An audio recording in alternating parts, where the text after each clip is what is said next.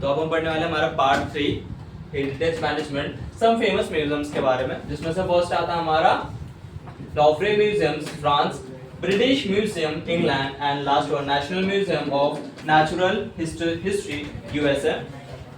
चलो so first चीज क्या बता रहे हैं, some famous museums were created to organize and manage the antiquities collected by members of royal and elite families of medieval Europe। अब देखो म्यूजियम्स बेसिकली बनाया क्यों गया था, जो भी बड़े पीपल्स हैं, इन शॉर्ट अगर हम कहें जो भी रॉयल पीपल्स हैं, उनके जो भी चीजें हैं जो हमें उनके बारे में दर्शा रही है, उनके बारे में बता रही है, उन चीजों को कलेक्ट करके रखना और उन्हें मैनेज करना, इसके लिए क्या बनाया गया था हमारे museums. International museums, Louvre museum France, British museum England, national museum of natural history USA. चलो एक एक करके रिवील करते हैं। ये हमारा लॉवरे म्यूजियम ऑफ फ्रांस, यहाँ पे मोनालिसा की पेंटिंग रखी गई है, ठीक है सर। कोहिनूर किधर रखा हुआ है? कोहिनूर इंग्लैंड नहीं रखा, कहाँ गया वो, तो इनके पास है ना, क्या नाम है वो, अभी जो रिसेंटली जिनकी डेथ हुई, किंग विक्टोरिया, उनके फैमिलीज के पास है वो।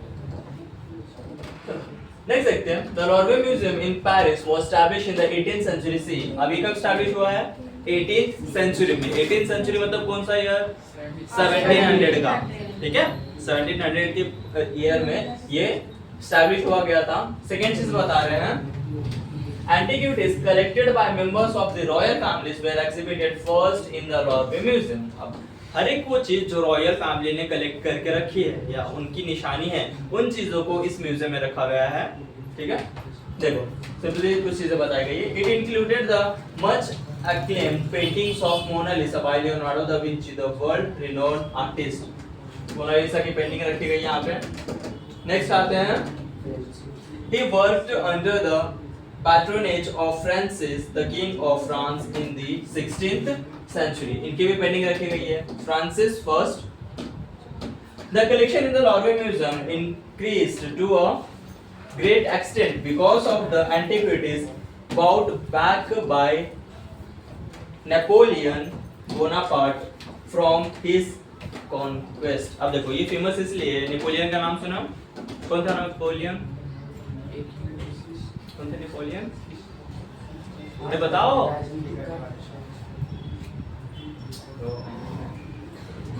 वैसे ही नहीं पता, चलो। Presently the museum contains more than 3,80,000 artifacts is available हमारे पास, हमारे लिए। इस म्यूजियम में अभी कितना चीज है, कितने लाइक आप कह सकते हो कितने चीजें जो हम हिस्ट्री के बारे में बता रहे हैं, आर्टिफैक्ट्स कितने टोटल? 3,80,000, ये अप्रॉक्स है, ठीक है, इससे ज्यादा ही होगा, 80,000 से प्लस में होंगी चीजें। ब्रिटिश म्यूजियम ऑफ इंग्लैंड, अब हमारे क्या कहते हैं उसे, जो हमारे यहाँ आके गए थे मेहमान, उनके बारे में थोड़ा सा पढ़ लेते हैं। इन्होंने अपने म्यूजियम में इंडिया से क्या क्या लेके गए हो। The British Museum in London was established in the 18th century। अब ये भी 18th century में established हुआ है। Second आता है, Sir Hans Sloane, a natural scientist, handed over his collection to the King of England George II। अब देखो यहाँ पे एक साइंटिस्ट का नाम सामने आता है, सर हैंस स्लोन। इन्होंने बेसिकली क्या करा, इनके पास जो भी चीजें थी वो सभी किसको दे दी है? इंग्लैंड के किंग को, जॉर्ज सेकंड। हैंस स्लोन, ये हैंस स्लोन की पेंटिंग है, ठीक है। मुझे पहले लगा न्यूटन है, नहीं। सेकंड बता रहे, he handed over about 71,000 objects in the collection of to the king। अब देखो ये जो पर्सन था, इन्होंने इंग्लैंड के किंग को, जो जॉर्ज सेकंड थे, उन्हें कितनी सारी चीजें दी? Approx 71,000 objects. बहुत सी चीजें इसमें, चलो। It includes several books, pictures, specimens of preserved plants, herbarium, etc। सब इन्होंने जो चीजें दी, ऐसा नहीं था सिर्फ मटेरियल चीजें थी, सिर्फ रिटन चीजें थी, सारी चीजों का कॉम्बिनेशन था। बुक्स थे, पिक्चर्स थे। Later the collections was expanded by addition of various art objects and ancient artifacts collected by the British people from British colonies। अब ये समझना क्या बता रहे? लेटर बाद में इन कलेक्शन में क्या हुआ, नई नई चीजें ऐड करी गई। किनके थ्रू ऐड करी गई चीजें? किनके थ्रू ऐड करी गई? बाय ब्रिटिश पीपल, और उन ब्रिटिश पीपल को वो चीजें कहां से मिली? बाय द ब्रिटिश कॉलोनीज, मतलब उन्होंने जो दूसरे देशों पे हमला करके चीजें लूटी थी, उन चीजों के द्वारा इसे और ज्यादा बढ़ावा मिला, बाय द ब्रिटिश कॉलोनीज।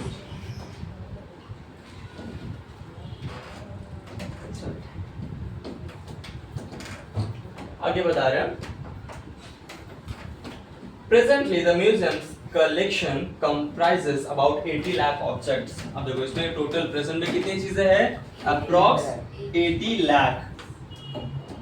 अब नेक्स्ट है हमारा national museum of natural history USA, United states of America. This museums of natural history is managed by the Smithsonian Institute। It was established in 1846, मतलब कौन से सेंचुरी में established हुआ है? 19th century में। 1846 में established हुआ है ना, तो 19th सेंचुरी में established हुआ है ये। It houses more than 12 crores 120 million specimens of fossils and remains of, देखो अब इसमें 12 करोड़ से भी ज्यादा specimens and fossils है। देखो जैसे कि ये हमारे एनिमल्स के fossils हो गए, मिनरल्स हो गए, ये सारी चीजें, रॉक्स हो गए। हाँ आपने देखा होगा ना, बहुत पुराना पत्थर इंडिया पूरे वर्ल्ड में पता 3 ऐसे पत्थर है जो बहुत ज्यादा ओल्डेस्ट है, लाइक वो एस्ट्रोनॉट से बने, एक हमारे मुंबई में और एक आता है यूएस में। यूएस में उसे नेचुरल फॉर्म में प्रिजर्व करके रखा है, बट जो मुंबई में है, मुंबई है उसके चारों साइड से कई टपरी लगा हुआ है, बीच में से रोड बना हुआ है, लाइक इंडिया ने कुछ उस पर ध्यान ही नहीं दिया। तो अब ध्यान भी क्यों देंगे? क्योंकि उन्हें पता ही नहीं हिस्ट्री क्या है, वो चीज क्या है, उसकी इंपॉर्टेंस क्या है, वो ऐसे बस रखा हुआ है, आजू बाजू से पूरे रोड चल रहे। और जो यूएसए में है, जो नेचुरली बना हुआ है, किसके थ्रू?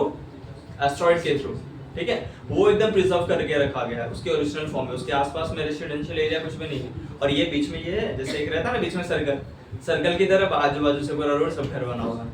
तो हिस्ट्री का नॉलेज अच्छे से नहीं है कहीं ना कहीं पीपल्स को, तो इन चीजों पे हमें ध्यान देना है। नेक्स्ट आते हैं हमारे human fossils. Human fossils like this,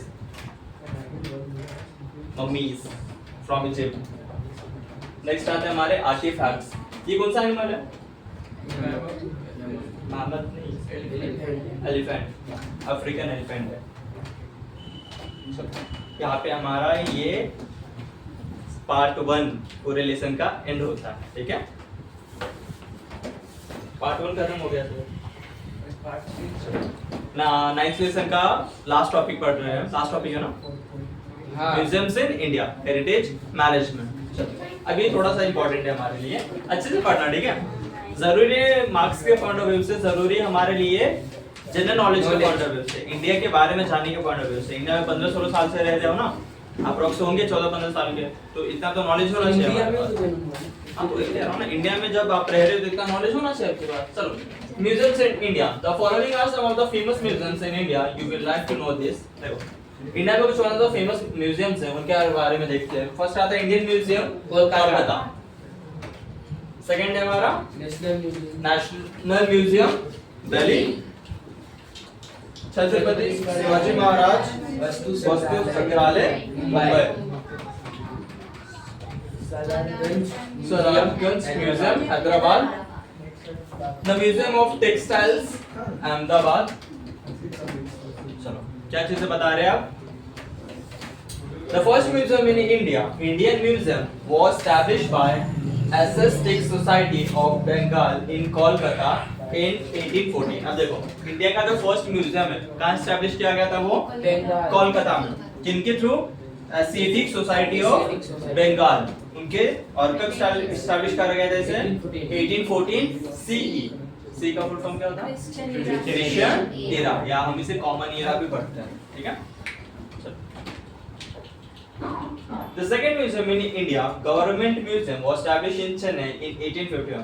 First museum कहाँ established हुआ था? कोलकाता में, ठीक है। Second museum कहाँ established हुआ था? चेन्नई में। इसका नाम क्या? Government museum. और ये कब established हुआ था? 1851 CE में। अब जब भी हिस्ट्री मेंशन करो ना, ये लास्ट वाला मेंशन करना, ये मत भूलना, ठीक है। नेक्स्ट आता है the national museum was established in Delhi in 1949। ये हमारा थर्ड इंपॉर्टेंट म्यूजियम, जो कब स्टैब्लिश हुआ था? 1949 में, मतलब पोस्ट इंडिपेंडेंस। और प्रीवियस जितने भी है वो प्री इंडिपेंडेंस में एस्टैब्लिश हुए 1851 1814। चलो आगे देखते हैं। Presently there are several museums in various states of India. Present की बात करें तो हर एक स्टेट में अपना अपना म्यूजियम है। त्र्यंबकेश्वर जाते हो वहां साइड में भी एक म्यूजियम है, कॉइन म्यूजियम है, वो कॉइन्स के का जो डेवलपमेंट है टाइम टू टाइम उसके बारे में शो करा गया है उसमें। Usually the big museums have their own archives and libraries। अब देखो यहाँ पे ये चीज समझने वाली है, जो बड़े म्यूजियम्स रहते हैं ना उनका खुद का ही लाइब्रेरी और आर्चिव्स रहता है। लाइब्रेरी का मतलब हमें पता है जहाँ पे क्या रहते हैं, हमारे बुक्स रहते हैं। आर्चिव्स का मतलब क्या होता है, जहाँ पे डॉक्यूमेंट्स रहते हैं हमारे। क्या रहते हैं? डॉक्यूमेंट्स, सिर्फ डॉक्यूमेंट्स रहते हैं और स्पेशल डॉक्यूमेंट्स रहते हैं जो हिस्ट्री को अच्छे से डिफाइन करते हैं।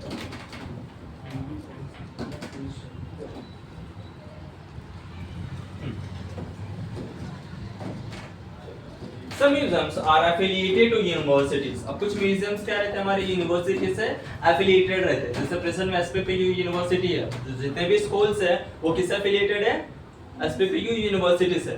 सावित्रीबाई फुले पुणे यूनिवर्सिटी, ठीक है। तो जितने भी स्कूल्स हैं वहाँ पे सिलेबस वही रहेगा जो यूनिवर्सिटी का रहेगा, वैसे कुछ म्यूजियम्स का रहने वाला है। Such museums also offer courses in museology। अब कुछ म्यूजियम्स क्या करते हैं, म्यूजियम से रिलेटेड जो कोर्सेज रहते हैं उन्हें देते हैं, जिसे हम कहते हैं म्यूजियोलॉजी, जो जिसमें हमें म्यूजियम्स के बारे में स्टडी करवाया जाता है। Following are some of the well known institutes and universities which offer degree and diploma courses in museology। अब कुछ हम इंस्टीट्यूट्स के बारे में पढ़ रहे हैं जो म्यूजियोलॉजी के कोर्सेज प्रोवाइड करते हैं। फर्स्ट आता है नेशनल म्यूजियम दिल्ली, ये कब एस्टैब्लिश हुआ था? 1949। सेकंड आता है हमारा महाराज सयाजीराव यूनिवर्सिटी वडोदरा। नेक्स्ट आता है हमारा कोलकाता यूनिवर्सिटी, कोलकाता। बनारस हिंदू यूनिवर्सिटी वाराणसी, कहाँ है Varanasi? UP. Aligarh museum university Aligarh. Shivaji university Gwalior. Next part देखते हैं हमारा म्यूजियम और इन इंडिया। कितना ही है ना? नहीं ये दूसरा है, म्यूजियम्स इन इंडिया। अब नेक्स्ट हमारा छत्रपति शिवाजी महाराज वस्तु संग्रहालय। चलो एक एक करके डील करते क्या बता रहे। In 1904 CE some influential residents of Mumbai decided to establish a museum to commemorate the visit of Prince of Wales to India। अब बेसिकली देखो, जो भी पर्सन्स मुंबई में रहते थे उन्होंने डिसाइड करा हम क्या स्टार्ट करेंगे, एक म्यूजियम स्टार्ट करेंगे। क्यों स्टार्ट करेंगे? वहां पे एक पर्सन आ रहे थे विजिट के लिए, Prince of Wales to India. जब ये इंडिया आ रहे थे, अब मुंबई में क्यों स्टैब्लिश करा गया? क्योंकि मुंबई पोर्ट है, मुंबई पोर्ट है, वहां सी पोर्ट है बेसिकली। तो वहां जो प्रिंस आने वाले थे वो किसके थ्रू आने वाले थे? सी के रास्तों से आने वाले थे। तो पहले कहाँ आते? मुंबई। तो मुंबई में कुछ तो जगह होनी चाहिए देखने के लिए, दैट्स द रीजन ये मुंबई, ये जो हमारा म्यूजियम है छत्रपति शिवाजी महाराज वस्तु संग्रहालय से स्टार्ट करा गया। क्या बता रहे next? In the month of November of 1905 CE, the foundation was laid of the museum's building। 1905 में इसका क्या हुआ? फाउंडेशन स्टार्ट किया गया बनाना। It was decided that the name of the museum would be Prince of Wales Museum of Western India। अब simple सी चीज है, इसे 1905 में बनाया जा रहा था, मतलब इंडिपेंडेंस से पहले। उस टाइम पे कॉलोनीज के उन्होंने बना के रखे थे ब्रिटिश ने, तो इसका नाम भी वही डिसाइड करने वाले थे। और ये किसके विजिट पे बनाया जा रहा था? Prince of Wales. तो इसका नाम भी वही रखने वाले थे, Prince of Wales Museum of Western India. ठीक है, चलो। It was renamed as Chhatrapati Shivaji Maharaj Vastu संग्रहालय in 1998।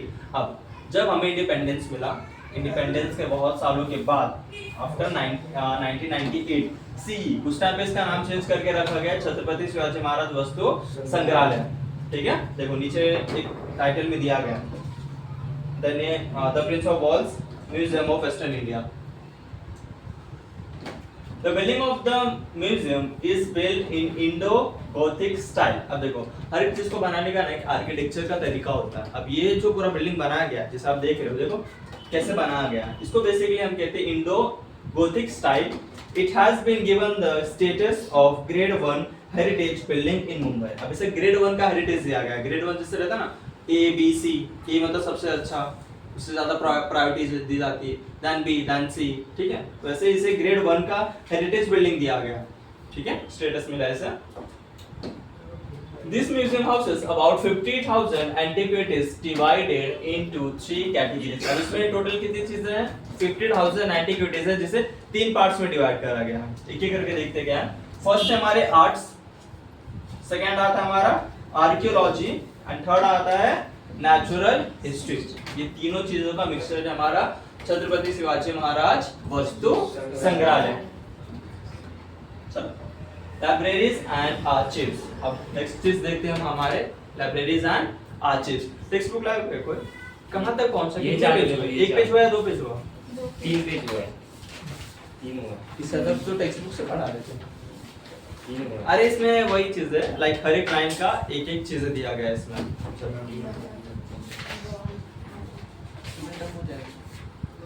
नहीं 12 बजे तक हो जाएगा. 12 तक हो जाएगा. नहीं सर बहुत टाइम लगेगा. अभी 3 ही पेज हुआ है. चलो लाइब्रेरीज एंड आर्चिव्स क्या है पढ़ते हैं. देखो libraries are the store house of knowledge and information. Libraries क्या होते हैं हमारे? Store house of knowledge and information. Archives क्या होते हैं? Libraries science is very closely relatable to management science information technology and the field of education. Libraries में mostly हमें क्या चीजें देखने के लिए मिलती है? बुक्स, ठीक है. अब लाइब्रेरी जो लाइब्रेरियंस रहते हैं जहाँ पे वर्क करते हैं, बेसिकली वो हमें क्या सिखाता है? सारे बुक्स का मैनेजमेंट. अगर आप किसी बड़े लाइब्रेरी में जाओगे ना, वहाँ पे सेक्शंस रहते हैं बेसिकली. हिस्ट्री का अलग, ठीक है, मॉडर्न हिस्ट्रीज के अलग, बायोग्राफीज अलग, ऑटोबायोग्राफीज अलग रहती है चीजें. तो वहाँ पे बेसिकली हम चीजों को क्या करते हैं? मैनेज करते हैं.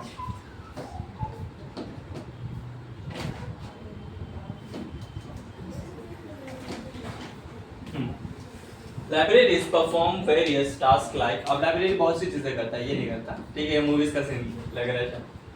चलो लाइब्रेरीज क्या क्या करता है? सबसे पहले तो बुक अरेंज करता है. सेकंड चीज बुक कलेक्ट करता है. सेकंड चीज अरेंजिंग देम सिस्टमैटिकली. जैसे अभी हमने बात करा, हर एक चीजों का सेक्शन रहता है, सारे बुक्स अपने अलग अलग शेल्फ्स में जाते हैं. तीसरी चीज क्या करता है? Conservation and preservation of those books. अब जो भी चीजें आ रही है उन्हें कंजर्व करना और प्रिजर्व करना. जो ऐसी चीजें जो हमें हिस्ट्री के बारे में बहुत इन डिटेल बता रहे हैं या किसी ग्रेट पर्सन्स ने लिखी है, उनकी ऑटोबायोग्राफीज या कुछ मेडिकल जो हमें चीजें हो गई. सुश्रुता पता? सुश्रुता कौन है? एक पोयम है इंग्लिश में, इंग्लिश के लेसन में शायद आपको लेसन है क्या? Okay lesson. Sushruta who is the founder of Ayurveda? Patanjali Baba बोल रहे. Who is the father of Patanjali? Founder of Patanjali किन्हें कहते हैं? रामदेव. ए रामदेव बाबा. ना नालायक को चीजें पहले से एग्जिस्ट करती थी, उन्होंने कंटिन्यू कर रहा है. ये जो आयुर्वेद है ना बहुत पास्ट से चली आ रही है. ये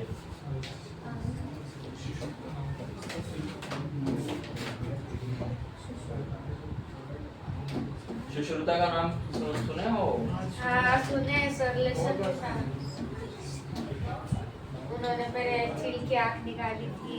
चील की आँख नहीं निकाली थी नालायक. एक ऑपरेशन करने के लिए वो क्वालिटीज रहनी चाहिए. हाँ. चील की आँख की कहाँ पे क्या चीजें हैं वो हमें क्लियर देखना होना चाहिए. एक हार्ट रहनी हाँ चाहिए वही लायन का. उन्होंने वो फिर एक इसका हार्ट निकाला था. चील की आँख निकाली थी. कुछ तो था.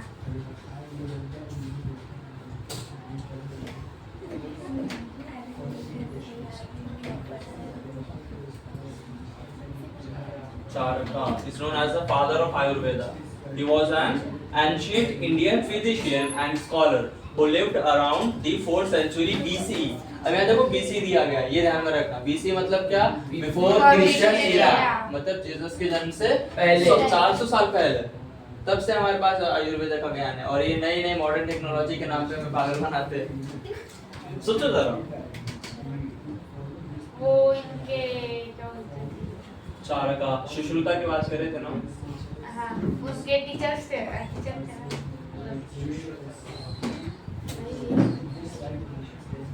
अरे यार SHRU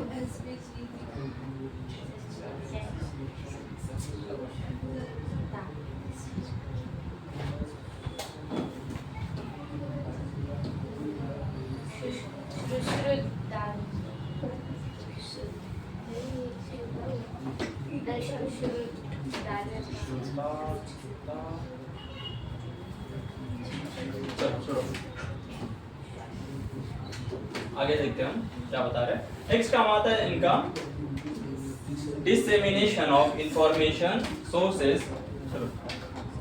Many of these tasks are completed with the help of the computerized system. अब देखो प्रेजेंट के टाइम पे ना जो भी बुक्स आ रही है उन सभी का एक सेक्शन में कंप्यूटर में हम सारे डेटा इंस्टॉल रखते हैं कि हमारे पास कौन कौन से बुक्स है, टोटल नंबर्स ऑफ कितने बुक्स है, कौन सा पर्सन कौन सी बुक लेके गया है, कौन सा पर्सन कौन सी बुक पढ़ रहा है। आप लाइब्रेरी में भी चाहते हो तो आपको साइन करना पड़ता है। सर गलत क्वेश्चन पूछ जाएगा, मैंने लाइब्रेरी नहीं गए हो शायद अभी तक। हाँ साइन करना हमारे भी पड़ेगा। स्कूल में एक छोटा सा रूम था जिसको हम लाइब्रेरी कहते थे। स्कूल में है ना, हाँ, जिसमें एक ही बार गया था, सिर्फ साफ सफाई करनी। नहीं मैं अपनी बात कर रहा हूँ, ठीक है। और आप पढ़ने जैसा बुक्स बहुत है बट कभी पढ़ाया नहीं जाता था। जब अभी फर्स्ट ईयर में गए तब पता चला अच्छा लाइब्रेरी होती है, ऐसा लाइब्रेरी होता है, ऐसे बुक्स होते हैं। और ये जो आप मनपा कहते हो ना, बड़ा डेवलप स्कूल है भाई, सब जगह कैमरास लगे हुए हैं, लाइब्रेरी एकदम वेल डेवलप्ड बना हुआ है। जूनियर कॉलेज जो बना है अभी वहाँ का, ठीक है। वहाँ के बच्चों ने बस चीजें खराब कर दी है। आज हमारे यहाँ मनपा जो स्कूल तो गैदरिंग क्लास में बुक लेके आते हैं। क्या क्या? स्कूल में जब हम रहते हैं ना, हाँ। तो कभी कभी पढ़ने के लिए क्लास में लेके वही लोग बुक लेके आते हैं सर। चलो आगे देखते हैं। To make a book available to a reader as per his requirements is the most important aspect of library management. अब लाइब्रेरी बेसिकली ओपन क्यों हुआ है ताकि जो पास्ट की इंफॉर्मेशन चीजें या जो बुक्स है वो वहाँ पे अवेलेबल कर सके, ठीक है। अब जो भी पर्सन आ रहा है उन्हें बुक मिलना चाहिए, तो यही लाइब्रेरी का मेन काम रहता है, ठीक है। जो भी पर्सन है जो भी उसका इंटरेस्ट है पढ़ने का वो बुक उससे मिलना चाहिए। ये सारी चीजें मैनेज कौन करता है? हमारा लाइब्रेरी मैनेजमेंट, ठीक है। नेक्स्ट आता है the royal library of Ashurbanipal, 7th century BCE, the Assyrian emperor in Mesopotamia. इसका नाम याद रखना, अगर आगे जाके कभी सिविल सर्विसेज वगैरह कुछ करना रहा ना, मेसोपोटामिया क्या है? मेसोपोटामिया, ये बहुत इंपॉर्टेंट है। अब देखो यहाँ पे एक लाइब्रेरी का नाम सामने आ रहा है कि कब स्टैब्लिश हुआ है? 7th century BCE, मतलब जीसस के जन्म से 700 साल पहले, ठीक है। The library at Takshashila University, 5th century BC, 5th century CE. Okay, अब ये कब स्टार्ट हुआ था? The library at Takshashila, 5th century BCE, मतलब जीसस से के जन्म से 500 साल पहले। और ये कब तक चला? 5th century CE, मतलब 1000 सालों तक। The library in Alexandria, Egypt, 4th century BCE. ये कब स्टार्ट हुआ हमारा? 4th century BC। कुछ नाम से याद रखो, जो सिंपल से। The library in Alexandria Egypt हो गया, और इसका नाम याद रखना, the library at Takshashila university. हाँ तक्षशिला का आता है। Are supposed to be the earliest libraries in the world. अब ये हमारे बहुत पास के, बहुत वर्ल्ड के पूरे बहुत पुराने लाइब्रेरीज कुछ रह चुके हैं। नेक्स्ट देखते हैं हम क्या है? सरस्वती महल ग्रंथालय। सरस्वती नाम क्यों पड़ा इसका? सरस्वती किस चीज की देवी है? विद्या की देवी है। नेक्स्ट देखते हैं the Saraswati Mahal Granthalaya in Thanjavur, Tamil Nadu was built in 6th to 17th century during the time of Nayak dynasty। अब बेसिकली बनाया कब गया था? 16 to 17th सेंचुरी के आसपास में बनाया गया था। अब किसके राज्य में बनाया गया था? ये नायक डायनेस्टी के राज्य में बनाया गया था, मतलब उन वो जो राज खानदान के परिवार पीपल्स थे उन्होंने इस चीज का कंस्ट्रक्शन करवाया। और कहाँ करवाया? तंजावुर, तमिलनाडु में, ठीक है। ये हमारा तंजावुर ग्रंथालय। नेक्स्ट आता है द 1675 सेंचुरी व्यान कोजिराजे Bhosle conquered the Tanjavur and established his independent troop। अब देखो 1675। अब यहाँ पे क्या बता रहे हैं, जैसे लाइब्रेरी 16 टू 17 सेंचुरी में बन के रेडी हुआ, 16 टू 17 सेंचुरी में बन के रेडी हुआ, 17 सेंचुरी मतलब 1600 का पीरियड। अब उसके बाद यहाँ पे किन्होंने अटैक किया रहा, वेंकोजी राजे भोसले। अब उसके बाद इन्होंने अपना वहाँ पे इंडिपेंडेंट रूल एस्टैब्लिश करा। Venkoji Raje Bhosale and his successors kept expanding Saraswati Mahal Granthalaya. अब जब इन्होंने उन रीजंस पे कैप्चर करा तो इस ये जो हमारा ग्रंथालय है सरस्वती महल ग्रंथालय, उन चीजों को एक्सपांड करा, लाइक चीजें डेवलपमेंट करी और लोगों तक बताया, ठीक है। Serfoji Raje Bhosale contributed the most in this expansion। अब इन पर्सन ने इन चीजों को बहुत ज्यादा एडमायर कर, लाइक बहुत ज्यादा हेल्प करी थी इन चीजों के डेवलपमेंट के लिए।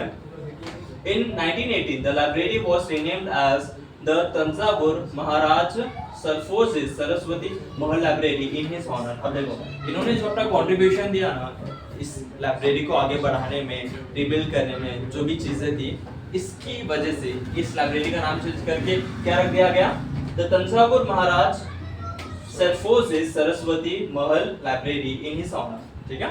तंजावुर क्यों, लोकेशन का नाम था और उन्होंने जो अपना वर्क करा उसके लिए इसका नाम, इनका नाम ऐड हुआ इस लाइब्रेरी में। चलो, there are several noteworthy libraries in India। For instance, अब देखो इंडिया में बहुत सी लाइब्रेरीज है। नेशनल लाइब्रेरी कोलकाता, सेकंड आता हमारा Nehru memorial museum and library Delhi, next है state central library Hyderabad, next library of Asiatic society, ये कहाँ पे होगा, मुंबई लिखा हुआ है इस पर। Next David Sassoon library Mumbai. Part 2 Libraries and Museums Part 2 Libraries and Archives Part 2। चलो, from the technical point of view the management of archives is akin to library management। ये सेम चीज है क्या, ओके चलो। Preserving documents with important content in their original condition। आप देखो libraries का ये मोस्ट इंपॉर्टेंट काम रहता है, जो भी उन्हें रिटन सोर्सेस में चीजें मिली है उसे उसी के ओरिजिनल फॉर्म में प्रिजर्व करना, ठीक है। सेकंड आता है प्रिपेयरिंग इंडेक्सेस, थर्ड आता है creating accurate system of retrieval of documents are the most important task in the management of archives. अब ये देखो क्यों है ये इंपॉर्टेंट, आर्चिव्स बेसिकली वहाँ पे सारे डॉक्यूमेंट्स फॉर्म में अवेलेबल है, तो जो भी पर्सन उसे रीड कर रहे या जो भी हिस्टोरियन आ रहे हैं उन्हें रीड करने के लिए, तो उनके पास एक इंडेक्स प्रॉपर्ली होना चाहिए, ओके। नेक्स्ट क्या, रेड करो flash.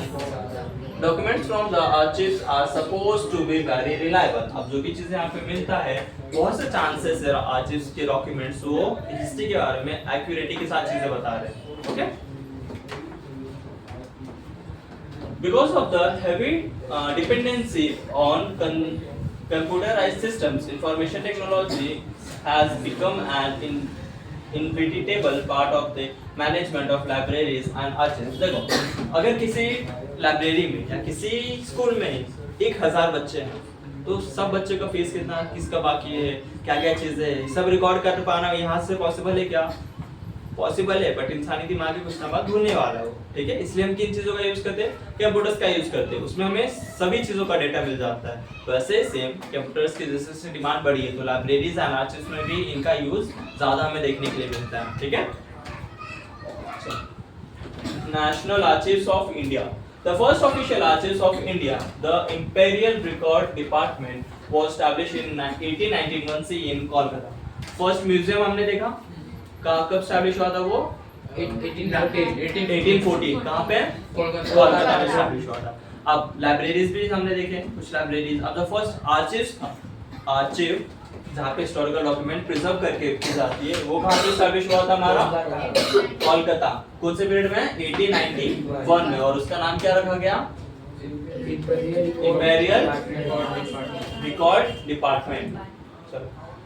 National archives museum, it was shifted to Delhi in 1911। अब ये स्टार्ट कब किया गया था, 1891 में, और इस म्यूजियम को शिफ्ट कहाँ करा गया, दिल्ली में। कौन सी ईयर में, 1911. In 1998, CE, the then President of India, Honorable K.R. Narayan, opened the archives for public. अब देखो, इससे पहले जो सारी चीजें थी ना, ये सिर्फ हिस्टोरियंस या जो स्पेसिफिक पर्संस हैं उनके लिए ओपन थी, कॉमन पीपल यहाँ पे जा नहीं सकते थे।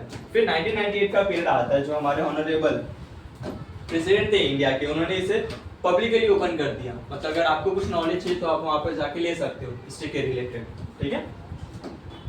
It is a department under the jurisdiction of the Ministry of Cultural of the Indian Government. Ministry of Cultural. The documents have been preserved here in a chronological order from 1748. अब यहाँ पे जो भी चीजें प्रिजर्व है, जो documents, वो कैसे है? क्रोनोलॉजिकल ऑर्डर, मतलब पहले 1948 की चीजें होंगी, फिर आगे जाओ तो उसके बाद का पीरियड, फिर आगे जाओ 1800, फिर 1805, 1806, फिर ऐसे करते करते लास्ट में 2000, ऐसे डॉक्यूमेंट्स यहाँ पे प्रिजर्व है, एक ऑर्डर में प्रिजर्व है सारी चीजें। ओके, नेक्स्ट बता रहे हैं, it includes records in English, Arabic, Hindi, Persian, Sanskrit and Urdu language. अब इनके पास जो रिकॉर्ड्स है वो कितने लैंग्वेजेस में प्रेजेंट है? English, Arabic, Hindi, Persian, Sanskrit and Urdu languages. मतलब इंग्लिश आता है इंग्लिश में पढ़ सकते हो, हिंदी आता है हिंदी में पढ़ सकते हो, उर्दू, अरबी, पर्शियन आता है तो और बेटर है, संस्कृत आता है तो और बेटर है। चलो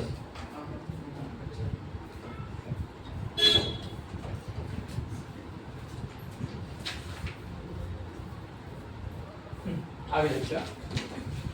It also includes records in Modi script. अब अभी हमने देखा था लाइब्रेरीज में मोदी स्क्रिप्ट, मतलब इस लैंग्वेज में भी चीजें प्रिजर्व करके रखी गई है। देखो ये लैंग्वेज, उस टाइम का पेपर देखो, राइट वे ऑफ राइटिंग, सारी चीजें हमें बताता है एक single piece of paper.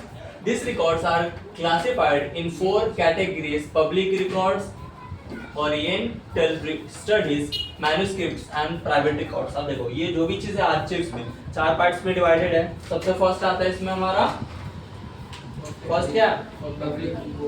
Public record, जो नॉर्मल पीपल्स भी सीन कर सकते हैं। सेकंड आता है ओरिएंटल स्टडीज, थर्ड आता है मैन्युस्क्रिप्ट्स एंड लास्ट वन आता है हमारा प्राइवेट रिकॉर्ड्स, जो कि पब्लिकली मेंशंस नहीं कर सकते।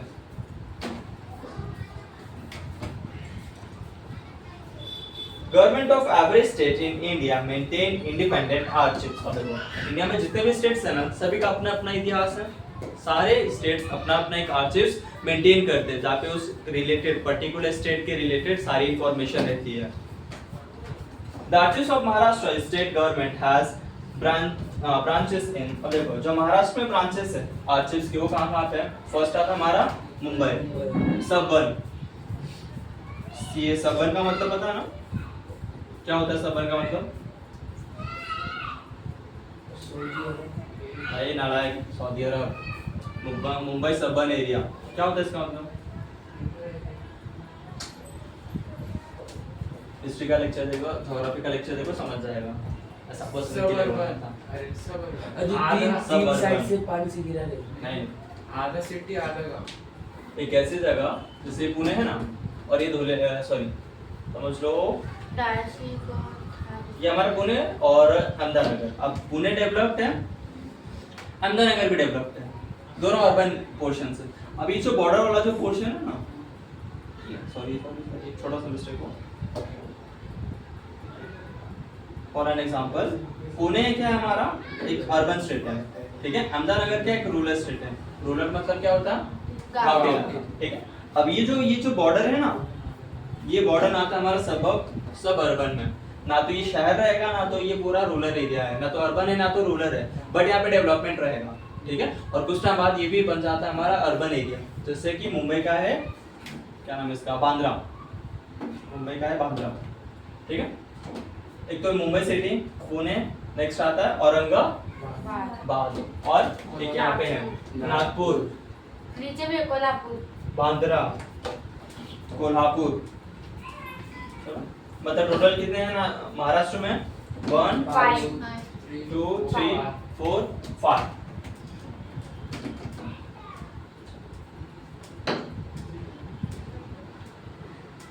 आगे देखते हैं.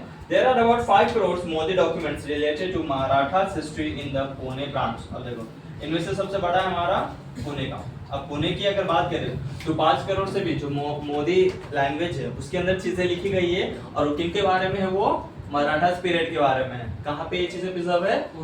पुणे में. These documents are referred to as Peshwa दफ्तर. अब इन्हीं डॉक्यूमेंट्स को हम क्या कहते हैं? पेशवा दफ्तर. पता नहीं